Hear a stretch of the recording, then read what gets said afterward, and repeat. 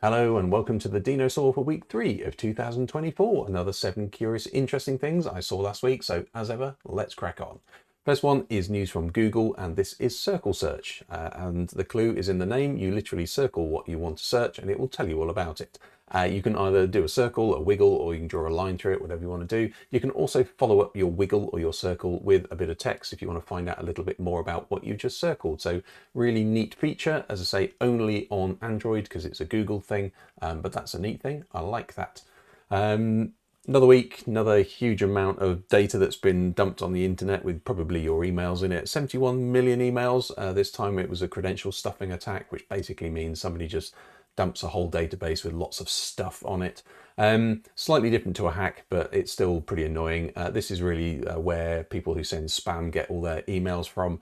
Now, if you didn't know, you should probably pop over to haveibeenpwned.com. That is how you say that, by the way. And just type in your email and it will tell you if you've been in any of these breaches and where as well. So if you use LinkedIn and you don't know, you've probably been in one of those breaches over the last couple of years, for instance, and many others. Many people don't know there's also a password area of that as well. So you can check your passwords with safety as well. So just check whether your password has been used and put on the internet, and if it has, change it immediately. So if you didn't know about this site and you do now, then you should probably pop there. Dogs speedrunning games. Didn't think I'd see this, and I'm glad I did. So this is Peanut Butter, the Shiba Inu, completing the 1985 SNES game Gyromite. It's speedrunning because you start from one part of the game, the beginning, and all the way to the end as quickly as you can, hence why it's called speedrunning.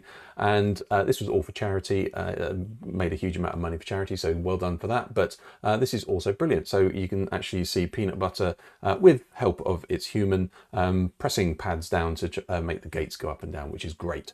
There are other games available for your pet if you really want to as well. So there are lots of dog games on iPads where you can dob their nose on the screen and things like that. So look them up if you're interested. But well done to JSR underscore, I guess. I want to see more of this. If you've been toying around with maybe using a GPT and maybe not, but never quite sure why, it's pretty much the time is now. So head on over to OpenAI to their GPT store, which they've just opened. This is lots of pre-made models for you just to basically click on and use. Now, you do need a $20 a month subscription to do this, but that's not exactly that exorbitant for what you're getting. So these are sort of user submitted as well. So if you do want to, and you're in the US, you could submit your own, but as an example, I use the PDF interrogator just to give you an example. I fed it all of the dinosaurs from last year. I did lots of queries on it, and here's one that I thought was interesting. Please tell me what things would be interesting in all of dinosaurs of 2023 for the automotive industry. Not only told me the top 10, it also then told me why they would be interesting. So it's kind of doing my job for me, but there you go. I kind of agree with some of them, but not all of them, but there you go. There's lots of interesting things. If you could use this maybe to go through your pitch decks and tell you how to improve them or generate logos, that sort of thing, available now for $20 a month. Runway is the company that's kind of doing the visual and the video AI good stuff, and they've just had a new feature or an upgrade to an existing feature, and this is a motion brush, but it is a multi-motion brush, so you can do up to 5 things simultaneously in the same image. So for instance, these 2 cats, you can then say I want the 2 faces going different ways, or you can show, maybe hopefully when it comes up, 5 birds, for instance, and you get individual control over each one of those blobs that you're telling it to animate. You can make it go sort of up and down, left and right, forwards, backwards, whatever you want to do. So a really nice bit of control over what is essentially a static image. So really like that. That is multi-motion brush from Runway ML. This is neat as well. This is the Glidance. Anything to do with technology and assistance is always a good thing.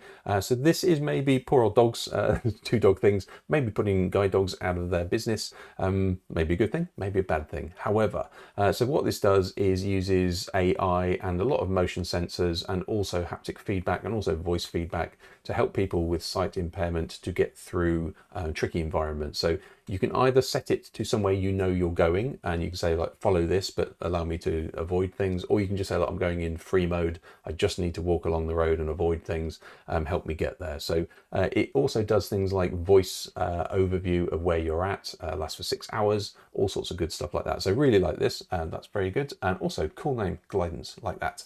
And finally, we have well done to Pablo Delcan. Love this one. This is a really good example of should you be afraid of AI or should you work with it? And this is kind of taking the piss from the opposite direction. So this is Pablo, who has created this thing called Prompt Brush 1.0.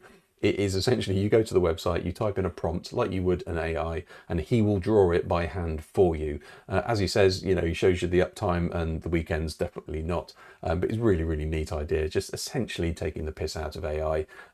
But likewise, if you're an artist, how do you work with AI, or how do you use it, the concept of AI, in your work as well? So it's a really good example. As you can see, there's probably a few not safe for work things in there. Let's call it a lighthouse for now, for instance. But there you go, really like that one. And again, how as an artist do you work with AI, or at least use it as part of your work? Here's a really good example. There you go. Hopefully that was useful. Hopefully it was interesting. Maybe share it with somebody that you think maybe needs to see these. That would be amazing. Other than that, I will see you next week.